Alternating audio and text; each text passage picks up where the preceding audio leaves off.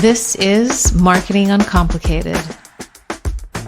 Welcome back, everybody. Today's guest is Stuart Prestedge, an entrepreneur and tech startup founder for nearly 40 years. Stuart has experienced the highs of 3 exits and the lows of failure, and through it all, he's discovered his true passion, helping other founders succeed. We love this. For nearly a decade, he's been known as the software startup specialist, guiding entrepreneurs from napkin scratch to launch and beyond. Today, we'll talk about what he's learned, how he helps founders, and how to market himself, how he markets himself in a noisy world. Stuart, welcome to the show. It's so good to have you here. Thank you very much. Lovely to be here. So he's reporting live, or shall I say, we're having this live discussion from Prague, and I am in Miami. So this is we're going global in many aspects. So I want to take a step back and talk about backstory and lessons. 40 years is a long time in the startup world, and quite rare in some cases. Take us back when what first pulled you into the entrepreneurship sphere. Well, gosh, I think it was my dad had his own businesses and they were unsuccessful. But he kept at it, and I just loved that, and for some reason it rubbed off, and I always wanted to work for myself, so much so that I've practically never worked for anybody else. And when I was 12, I got my first computer, and I discovered that I love tech. Loved creating businesses. I'm sure I created businesses at school, like lotteries and other things that weren't allowed. You create lotteries at school? Yes, stuff like that. How much did you raise? Several pounds. Okay, that's great.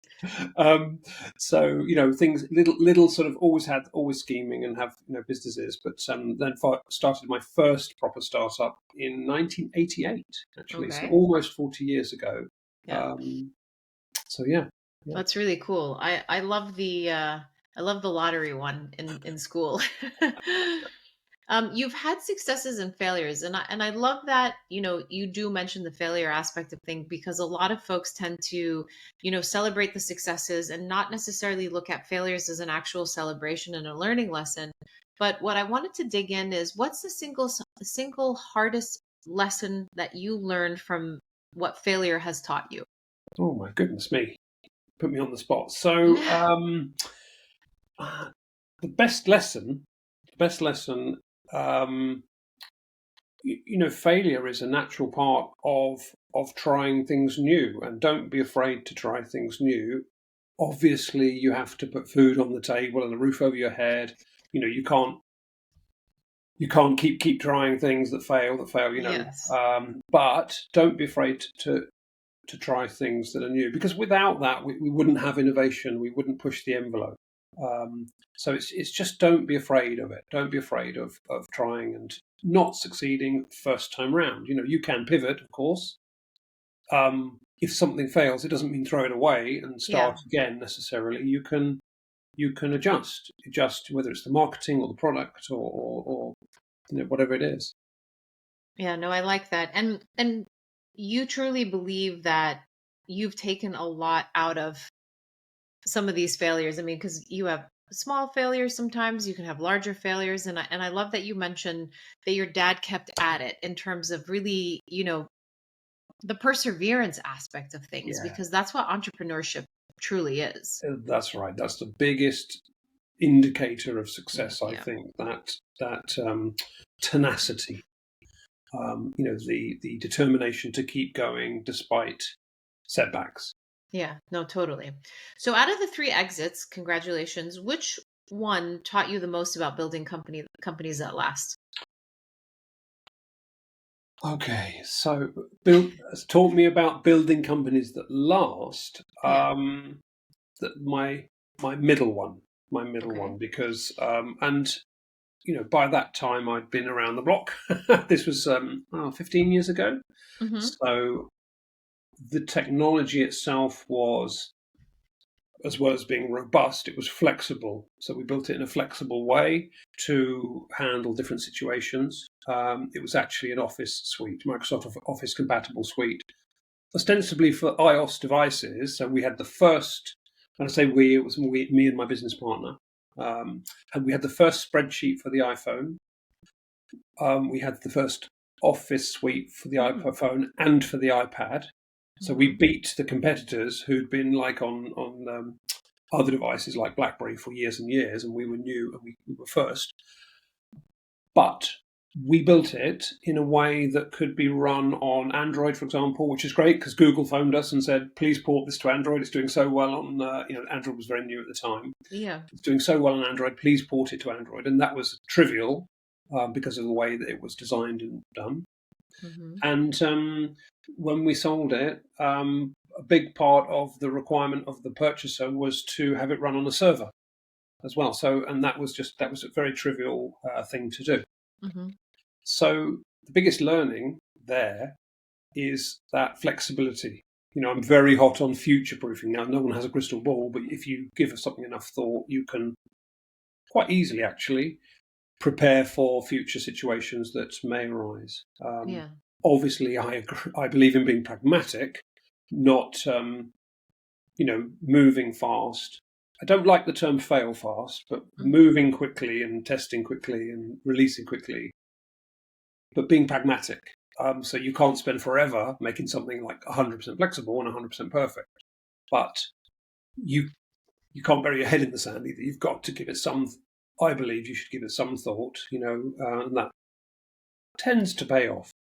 Yeah, yeah. Before we move on in terms of your pivot into mentorship, what advice do you have in terms of this perseverance and keeping forward, and what really kept you moving through this world of entrepreneurship because it's been so many years for you? I mean, what was the one thing that kept you going? I mean, you could say family, you could say, I don't know, I had I'd say there were two things. There are definitely two distinct phases to my career. The first was creating startups of my own. And the thing that kept me going, well, two things that kept me going there, really. One was a partner who we just were perfect together. He's a very good friend of mine to this day, although we our paths are separated on a business front. We're extremely good friends. But having a partner, having someone to bring you up when you're down and that you bring up when they're down, and to bounce ideas off and to keep the morale and the sort of direction in the right direction. And the second thing in the first phase is the love of creating. I love creating software, creating businesses which have an impact, which help people. So that kept me going in that phase. And the second phase is my kind of advisory mentorship, helping others. And it's just a pure love of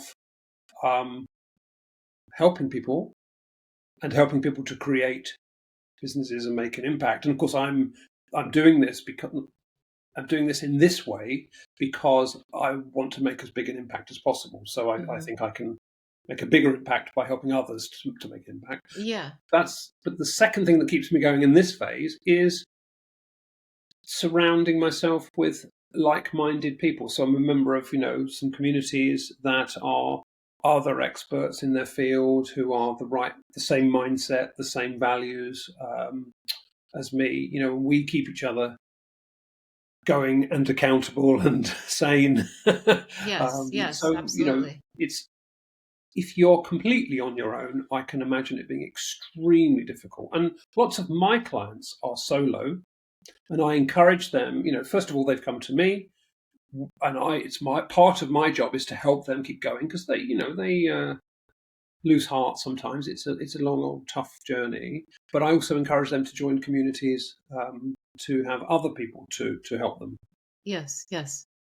It's like I say, in doing marketing, and I like that you said, it's difficult at times. We're sort of unofficial psychologists to our clients to make sure that we keep them moving as we're keeping ourselves moving through the molasses of entrepreneurship.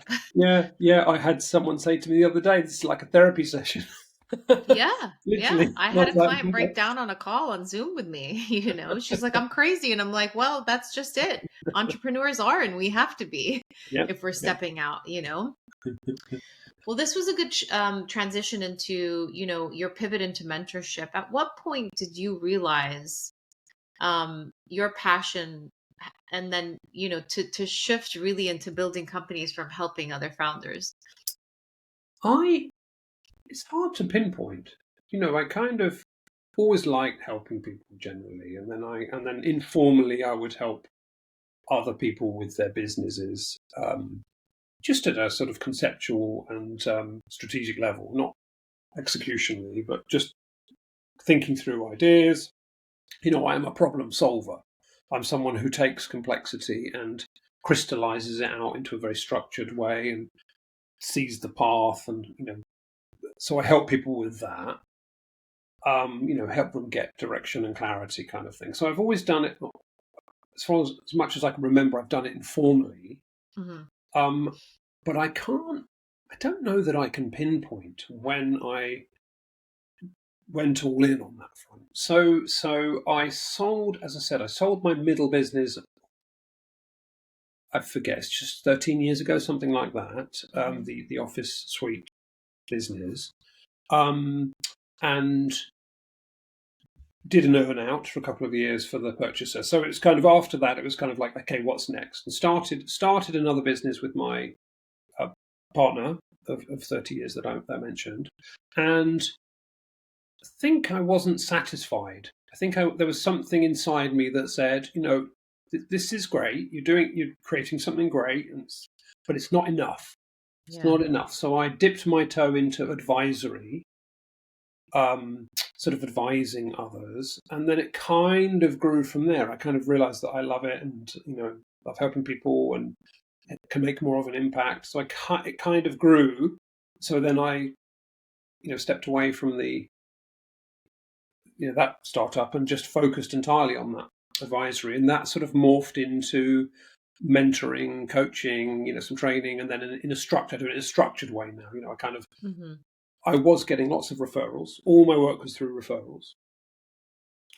I went through a period where I tried creating a software development company. So I actually created a product that creates back-end platforms in hours instead of months, with a view to helping lots of companies create their back-ends. But that I did it for 2 or 3 clients, and it worked really well for them. But for various reasons, non-technical reasons, that didn't work out with my partner of that business.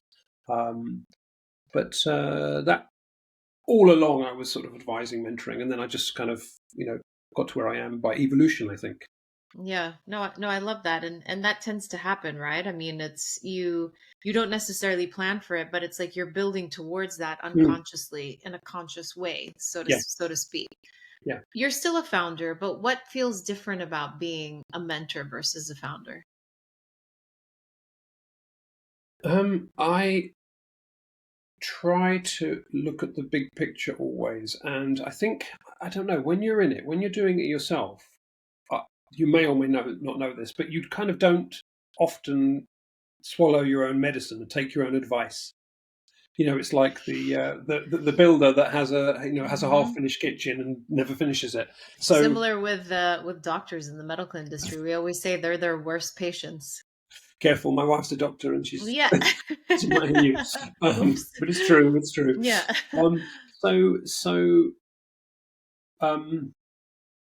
Sorry, I've gone off track and I've forgotten the actual question. But so what feels different about? I mean, considering that you are still a founder, but it's a different kind of shift. So really, what feels different about being that in that mentor space versus in the founder building and you're still building. You're building and helping others. I am.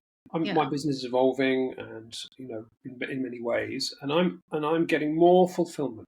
I believe I'm getting more fulfillment because I'm helping more people, making more of an impact. Lots of my clients have the potential to make a huge impact on others, and climate impact, impact on various other sort of initiatives that are kind of humanitarian, so it's much more fulfilling for me, and I feel I can guide my clients to do things properly and increase their chances of getting funding and succeeding, and that seems to be the case, showing that that's the case. Whereas for myself, you're buried, you're deep in it. You kind of forget that the learnings, the fundamentals, the big picture. You can lose direction. You're kind of like in a echo chamber. You're not stepping back and saying, okay, what's really the goal? How do we really best achieve this? So yeah, is that fulfillment, and that is through helping others, making an impact more, but also doing things more properly than I would do myself. Yeah, no, I love that. When you sign on clients, maybe there's a through line here, or maybe there are, you know, 2 to 3 sort of themes that are coming up. But what do founders usually think they need when they come to you versus what they actually need once you dig into the Yeah, picture? that's easy to answer. Mm. They think they need funding. And true is they do need funding, but what they actually need is to lay the foundations of their business in such a way that it gives them confidence that they're doing the right thing, going in the right direction, making the right decisions, etc.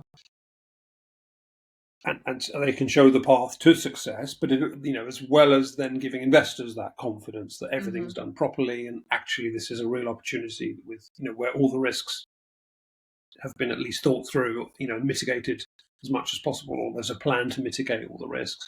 Um, so So they think that, we'll create a pitch deck Yeah. and we'll get investment. When in fact, a pitch deck is just a window onto the business with a certain perspective and a certain lens.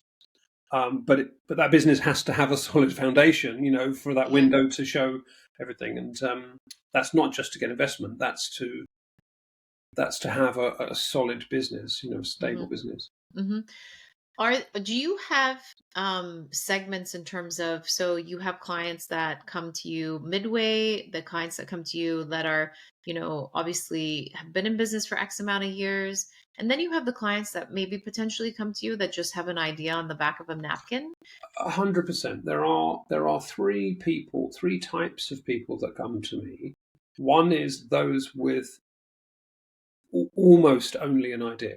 They hmm may have done a little bit of research. They may have started creating an MVP if they're technical, um, but at a very early stage. hmm hmm And I can help these people. And in fact, these are the people I can help the most, I think, because I'll help them avoid some of the mistakes that have already been made by the second group of people who come to me, who are Yeah. what I call pitch ready. At least they say they've done their validation, the market research, competitive analysis, that side of things. They've got the go-to-market strategy. They might have an MVP, and they say they just need a pitch deck. So they're Yeah. pitch ready, or at least they should be pitch ready. But I still will review all of these things to make sure there are no gaps or obvious red flags. And if there are, then we'll try and resolve those first. Yeah. So that's the pitch ready. And then I do get people coming to me that are post-launch, post-revenue, but I don't. I I tend to. They don't join my program. They can join my academy, which is a group of founders, that pay me on a monthly basis, just as a community, kind of hmm helping each other with my input as well. Um, so it's kind of solving the problem of giving them specific help for their specific needs, but also having that community that we mentioned earlier about that morale side of things. Um, so they're the three, they're the three kind of stages of people that come to me. Yeah. Now, in those different stages, are there different ways with how you attack them in terms of first step, and then building in, or is there like a part process, or is it almost like it's similar across the board? It, How do you what is your first step across these different types of clients? yeah. So, well, the first step is I have an onboarding, so I make it very clear to them what the process is, what the steps of the process are, but at the Yeah. same time, I try to tailor it to meet their needs as we go Yeah. along. Yeah. So I try to be as standardized as possible, but in the spirit of being pragmatic, everyone's different, so I'll adjust it. based on needs. So for the early stage people, I have a process which is very detailed, shows them how to set up their company, how to do all the details of the market research, right the way down to, what questions to ask when interviewing potential customers to do their validation, and how to do competitive analysis and all that stuff. So it's very detailed. And the output of that is like a summary document, market research summary document, with all the supporting documents behind it, the work behind it. So then the same thing is true of the business plan, the go-to-market strategy, the market sizing. And if someone's pitch ready, I'll ask them to complete the market research summary, because they should have done all of this. So they should have the answers to the questions very, very easily. But if they don't, then I'll dive into that more detailed way of doing it. So that's what I call a foundation review. But then it's very similar. So I do a founder credibility exercise, actually, which I haven't seen done elsewhere. Oh yeah, dig into that. I'm curious about that. So I have a very specific section of my program for all founders, which uncovers their mission, their vision, why are they doing this, why are they doing it now, their story, any kind of accolades or achievements or awards or experience, the human side of it. Because because investors are investing in the people as well as the idea and the company, the product. And there are many things which some of which are sort of like absolutes, but some of which give the founders, the investors, warm fuzzy feeling. So I try to weave that into the deck a little bit.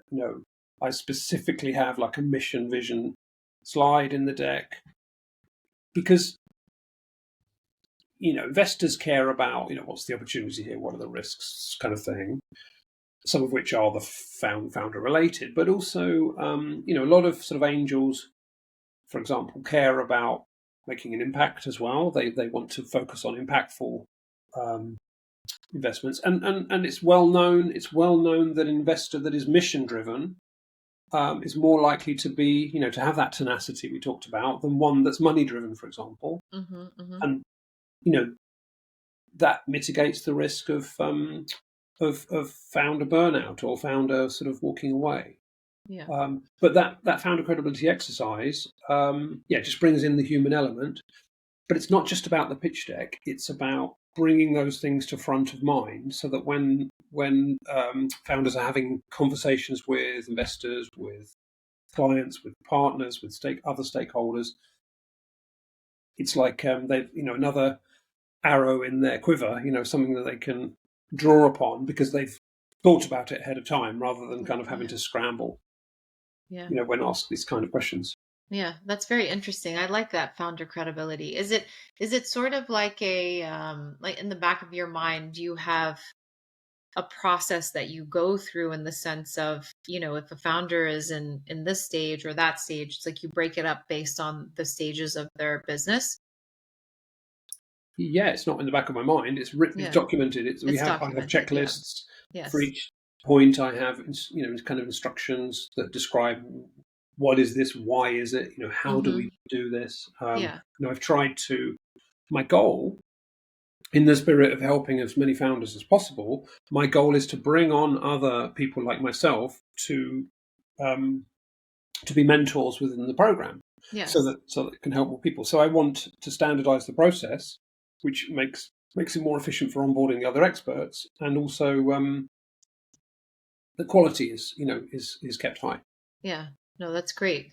Are there any aha moments that come out of there? I'm sure there are for a lot of the founders. Oh yeah. Have you gotten any pushback? Sometimes, sometimes, why are we doing this? Blah blah blah. But I definitely have the philosophy of openness and transparency, and I'm explaining why I do something, and what level of expertise I have and experience that I have in a certain area, and if I don't know something, I'll say, so that that pushback is a discussion. But what I've described to you, the process I've described to you, is that it comes in two versions. So sometimes I will do it with the founder, and they'll go away. They'll do it. I'll review it. I'll work with them. I'll help them when necessary. So it's kind of like collaborative. Mm-hmm. But I've just launched a new done for you version where I sit down with the founder for like 4 or 5 2-hour sprint sessions and really go through everything. Ask them a load of questions, but explain the question, explain why the question's being asked, explain if they don't know, help them understand the different pros and cons and the different options and the implications of it. So it's kind of not just a discovery, it's sort of an advisory discovery, and I'll proactively advise them on what to do. So they're done, and then after those sprint sessions, I create all the documents that I've mentioned to you. Yeah. With approvals, with feedback loops, etc., etc. So it's for people who are, cash rich, time poor. Mm-hmm, mm-hmm. They still want, top quality, get investment, get help after investment. I don't walk away after investment. I mentor founders after investment. But the point is, the sprint sessions alone, I've run so far. It's fairly new, but I've got 4 clients on that. 2 of which have finished the sprint sessions, and have both said that they've learned so much just from being asked the questions and explained the questions. And they said that they didn't know what they didn't know, and they didn't know they had to do this, and they didn't know what these options were, and they hadn't thought this through, and so they're getting value. And I'm pleased about this because it's I want to give value. They're getting value just out of those sprint sessions. Yeah. No, that's wonderful. I mean, yeah, I mean the value piece of it is what is incredible to have at the end of the day. I mean, something to really reflect on and to be the jumping off board from, which I love. From the founders that are at their scaling stage, what are mistakes that you see, or common mistakes that you see happen within that as they're coming to you? No founder that I work with is scaling. They're all pre-launch, mostly pre-revenue. So I haven't for a long time dealt with founders at the scaling stage, but I do advocate, in the past and even now, when founders are close to launch, preparing for scale, preparing for exit before launch. So preparing for further investments. So knowing how you will cope with an influx of customers, for example. That's something I do a lot with these early stage founders. So I'd say I will ask questions like, "What if you had 1 million customers tomorrow? Will you be able to scale up quickly, instantly?" Yeah. It's never instant, but it's hypothetical to get them to think about, what if we got 1 million customers quickly, for example. Yeah. So preparing the tech, preparing the business, seeing where the bottlenecks and the pinch points are. So I'm a firm believer in preparing ahead of time. Yeah. Preparing the data room, for example. So let's say they want to get investment quickly. If your data room is ready, then the due diligence process, if you find investors that want to invest, can be weeks instead of months. Mm-hmm, mm-hmm. For example.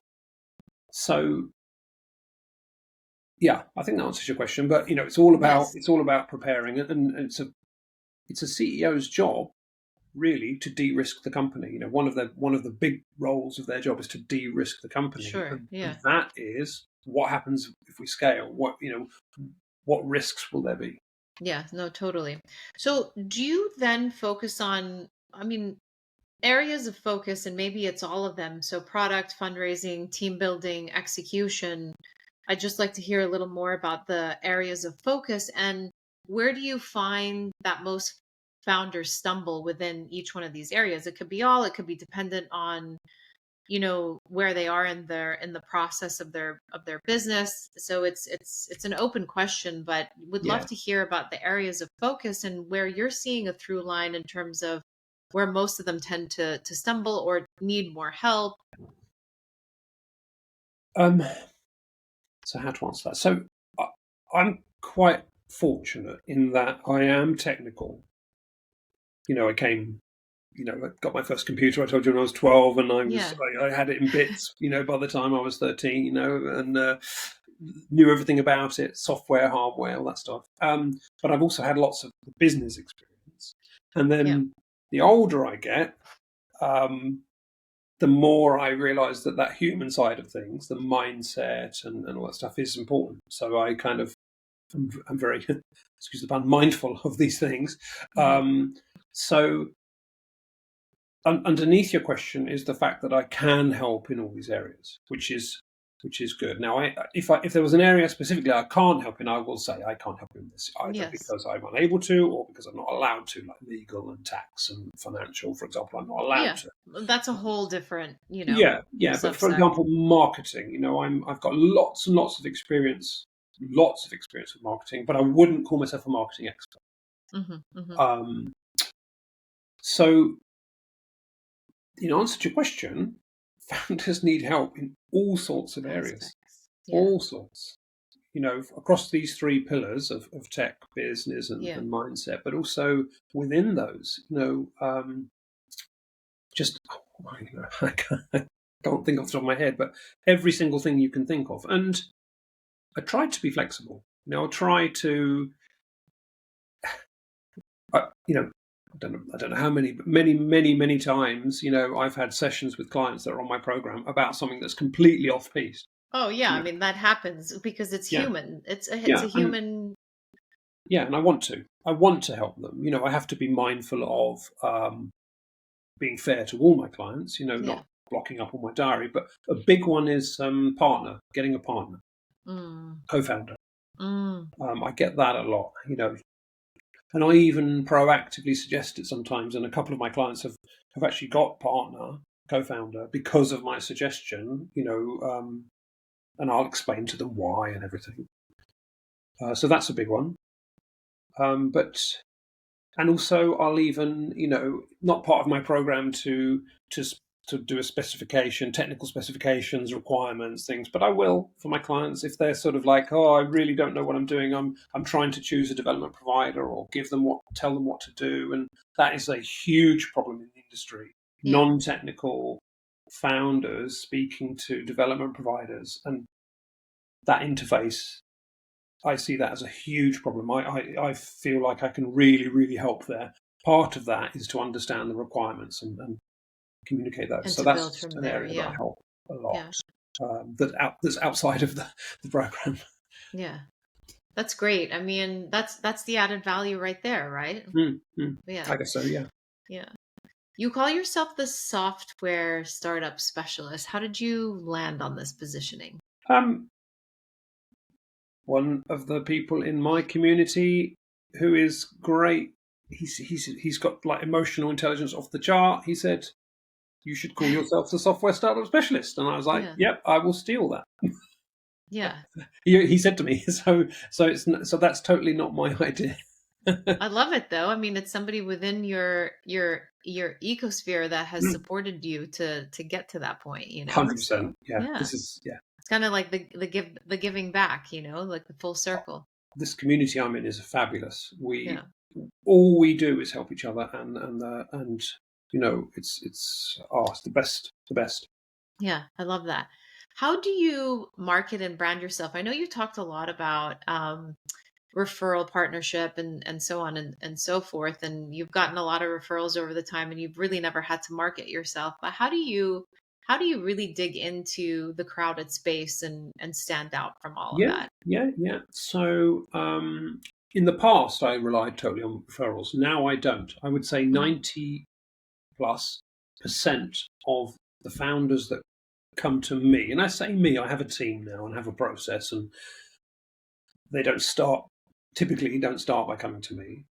because I have so many people, I couldn't cope. I couldn't help my clients if I was speaking to all the people that came. So there's over 100 founders every month who want my help, Yes. and 90+% of that come through Facebook or Meta advertising, Facebook and Okay. Instagram.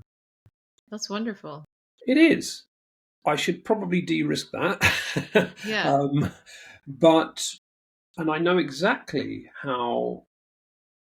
Yeah. What's your It's winning? yeah. Yeah. I know what it is, and it's just I don't know if it's luck or what, but I've had many people say to me, "Your video advert, you come across as genuine. You come Yeah. across as someone who wants to help, someone who can help, um, and I connected with you." Yeah. Um, So yeah, it's just me in my living room downstairs. I'm in my office upstairs, and me in my living room, just sort of saying, like, if you're this person, if you need this, then I can help you. Yeah. Um, a little bit more than that, but have a chat with my team. So yeah.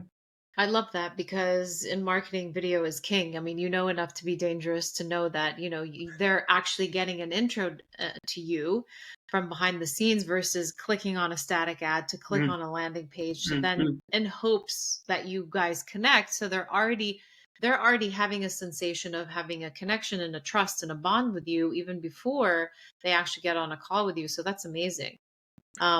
In terms of like your budget for Facebook, and you can, share or not share, but a lot of the times, the threshold at a minimum to really even get some kind of traction is to be able to spend anywhere from 1,500 to 2,000 on a monthly basis. Are you going above that or are you going below that? I'm around that. That's the You're ballpark around where that. I'm at. Exactly. Yeah. Perfect. Yeah. But I've kind of worked my way up to that. So I'm, Yeah. I am a stats and numbers kind of person, Yeah. although it was really, I can't take the credit for my current spreadsheet, which is the the best spreadsheet in the world. Yeah. Tells me everything, Yeah. but in a structured way that it's not like too complex or anything. Yeah. I can't take the credit for sort of that final step of doing it properly. That was so I'm in a kind of coaching program, and there's a couple of ladies that coach me. Um, they said, no, you need to do this, and I evolved it. I put it onto steroids, but they specifically Yeah. got me like, you have to do this, and that's allowed me to sort of see where the bottlenecks are and see what's working, what's not working, and split test and get to the point where I'm spending that money and getting return on investment. Um, so yeah, I think on average, it's working in my market, at least. In the past 3 months, it's been a bit quiet, but I had before that period, that 3 month quiet period, I started having very good months, and it looks like it's starting back up again. So Mhm. I don't know if that was political or situation, or summer was coming, or what, but Mhm. hopefully that quiet period was a blip. But yeah, um, the business is working, which is great because a business has to be viable in the first instance. Yeah. Even if you have lofty goals or just want to help people like me, I want to help as many people as possible. But if you haven't got a viable business, you can't do that. So it's kind of like, yeah, Absolutely. that's the breathing. That's the Yeah. lifeblood of the business. Yeah. At least breaking even. No, absolutely. So thank you for that. What are your future plans for continuing to grow in terms of where you are today and where you want to be? Yeah, yeah. So there's two sides to it. There's I have a mission. My mission is very clear. I want to empower as many early stage tech founders as possible to succeed and make an impact. Now, that mission doesn't have to be me doing it. I want to make that happen. So at the It's moment, like you're giving them that yeah, that jumping off board. yeah, that's right. So I'm empowering them to you know, to succeed. So at the moment, it's me helping people, but as I mentioned, I've got a team that kind of takes those 100+ people that come through and finds those people who actually do need help, can be helped, can afford to pay for help, for example. at the moment. And I've standardized the whole delivery. So the idea is that eventually, as I said, I'll bring other people on, and then I can pick and choose who I work with, who I make the most impact with, want to work with, being frank, so that will allow me to expand the business.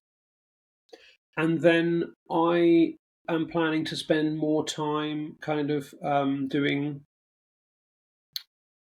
I thought about creating I've created a lot of content already, and there's a lot of value content that I've got on YouTube and on LinkedIn, etc., etc. So I'll probably do more of that, as I spend less and less actual time with clients, and more group work. I'm thinking of doing keynotes and presentations and doing live stuff, so that I can kind of help people en masse, as it were. So I'll probably do more of that kind of thing. And, I'm not getting any younger, so I'm not going to keep working 12-hour days every day, 7 days a week kind of thing. So I'll probably spend a little bit more of personal time. Yeah. Knowing that I'm still making an impact, Yeah. I love that. Yeah. So I think that's my goal, is to keep increasing that impact that I'm making, but without me actually having to be on the ground doing it. Which is probably what I'm assuming you want to build out from that community standpoint. Yeah. So that's right. I've got the academy, which is relatively recent. If I can build that up as well, and that's not really, I'm not really doing that to profitable as such, but it needs to pay for itself. But then if I can build that up, then that's kind of a place where other people can go. People go after they get the funding. That kind of thing. Just to stay connected, yeah. So I've got all the pieces of the puzzle. I'm just connecting them together now. Yeah, no, that's truly amazing. I mean, the best businesses that come together are the ones that really give the added value on the end, and really build out that sort of cycle and response, and helping others to kind of survive and thrive in this market today, because it's getting crazier. It's tough. Yeah, it's tough. That's right. There's so much competition everywhere you turn. Yeah. It's no longer as we say in the US, the American dream of, maybe what my parents and their parents' generation. I mean, I'm sure there's another saying like that as well in Europe and in Britain, but it's just, things were so much easier. But I think the younger generation, compared to maybe, let's say, the millennials that are really coming out and have that mind frame and that mindset of entrepreneurship, versus the last generation who popped in and out of the .com era, who were basically schooled to go and, after you graduate, you look for a job. There was no conversation about entrepreneurship, right? Even if their parents were, it just didn't navigate in that direction. And this, Gen Z, Gen X are really booming in that standpoint of, I don't want to work for anybody. I'm going to figure out how to do it for myself. Yeah. But I was going to say I'm a stickler. I don't know if that's true, but I strongly believe that the fundamentals of business and people, relationships, and tech don't change. Yes. Yes, we have new technologies. The foundations. The fundamental things. And I think people who join my program tend to be older. They tend to be older. Wow. Now, I've got a new client. She's younger and she's fantastic. Switched on. And she's in the Gen Z world. She's in the social media world, and and I say a lot of this. I say to her, I don't understand a lot of this new stuff, and she does, but she's really switched on. It's nice to see, because I don't see it as much. Yeah. I tend to get older people, and I do get younger people applying, I think, but they want everything for free. They want everything for free. Yeah, it's an interesting mindset. I got lots of people applying saying, no, I want free help. And to be fair, I say, okay, here's a whole load of resources that is valuable to you, but I can't give you my time. Yeah. True as I do, I do maybe once, twice, 3 times a week. have a meeting with someone just because they've asked me and they need help, and I'll give them help. I've done it 3 times this week already. I'm a bit naughty. I have people telling me all the time, "No, you should be charging for your time," but totally. I can't help myself. But it's I don't know. I'm seeing less and less younger people who are really truly entrepreneurs, who understand that they need help. They can't just get it for free. They have to do things properly. That may just be my blinkered view, biased view of anecdotal evidence. Very interesting in terms of the asking for free. That's thank you, Stuart. This has been incredible. But before I let you go, I do want to do what we naturally do with all of our guests on the show, and we'll go through a fireside round where we'll ask one word, one habit, and one myth. So whatever comes to mind, just shoot off. So one word that describes the entrepreneurial mindset you value most. Determination. I like that. Mine is perseverance. Yep. Same thing. Related. Yes. One habit that has had the highest ROI in your life or business. Possibly the same thing, persistence. But I'm gonna hang on. I'm gonna think a little bit more. So one habit. Highest return on investment in your life. Thinking things through, thinking through strategy and planning. I like it. I like that one. Yeah. One myth about startups you wish would disappear forever. That you have to build an MVP before you do anything else, or build product before you validate it. Yeah, and at least that should be on the napkin scratch, correct? Validate your idea before you start building. Sell before you build. Thank you again, Stuart. This has been great. We'll list your LinkedIn contacts as well as your landing page down below so that folks can get in contact with you. But we really appreciate your time and all that you're doing to help companies survive and thrive in this crazy world today. My pleasure. Thank you so much.